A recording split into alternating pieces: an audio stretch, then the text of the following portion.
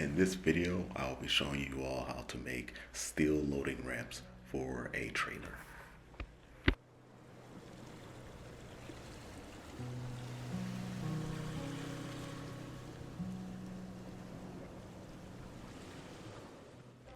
First, we start marking the metal every 15 inches for the cross members and then at 6 feet for the longer rails. For the 15-inch cross members, I first cut the beam down in half to make it easier to use the chop saw to cut the rest of them. As you can see, we have our 15-inch cross members, and then over here we have our 6-foot rails. So a lot of people skip this part. Right, what we're doing here is we're going to be deburring the ends of these. I'm going to zoom in more so you can see the difference. On the left side, that's a clean one. On the right side, you have that little lip of metal from the chop saw. Like I said, what we're going to do is we're going to take an angle grinder and just pretty much grind down those ends just so it makes it easier and have a better flush fit with the two long rails when we put them inside.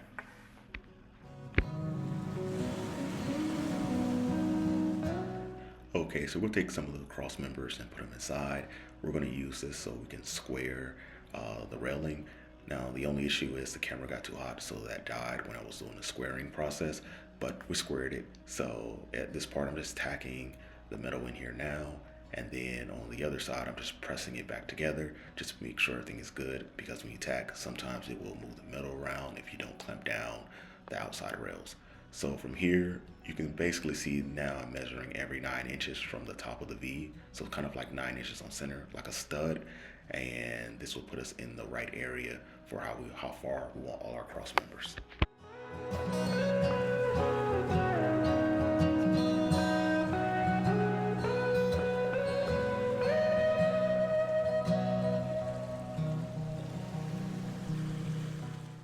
After going in and putting all the cross members on 9 inches on center, we're going to tack weld all these in, and we're using a 6011 rod, and we're just only tack welding all of them in so that when we run the full beads later, basically the rails don't pull apart or become lopsided.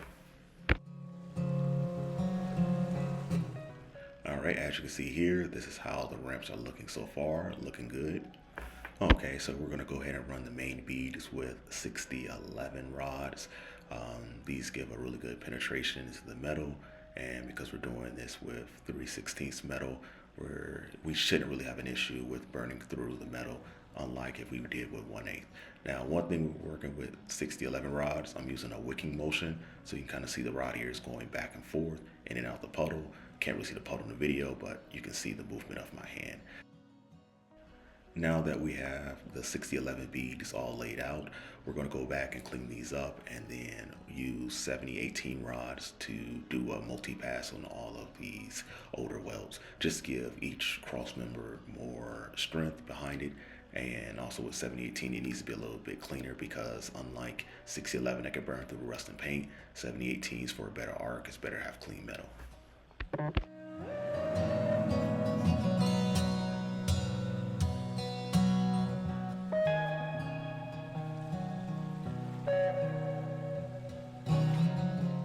Right here, you can see we're running 7018s. It has more smoke and less splatter than a 6011, but as you can tell, I'm actually using like more of a circle movement, not the wicking motion like you saw earlier in the previous video. Sometimes working with 7018, it does stick a lot more and kind of harder to start for me.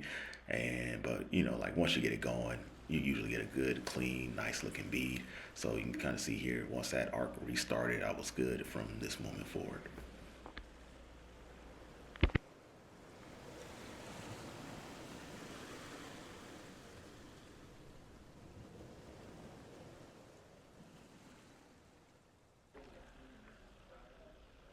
All right, so basically from right here, what we're going to be doing is we're going to be cutting some 45-degree or about 45-degree slots into the end of this rail just so it can lay across the ground better. If I was to do this again, I would probably move that cross member from the bottom inside more of the rail more so we can have a more shallow angle or more of an acute angle than we do have now. That way it works better on concrete, things like that. But for now, this should be good. Next, you can also see that we have some pretty sharp edges. Don't want anyone cutting themselves. So we switch from the cutting disc to the grinding disc. And basically what we're going to be doing is grinding down all those sharp edges and getting a more like rounder end on these angles.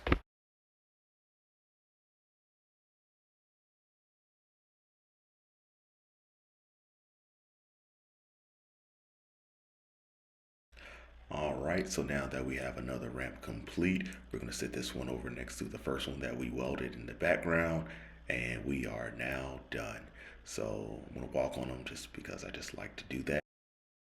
And right now I have the ramps hooked up to the solar rack that I took off the school bus. Basically the solar rack is 26 inches high off the ground. The actual trailer we're going to use these for is about 14 to 16 inches off the ground.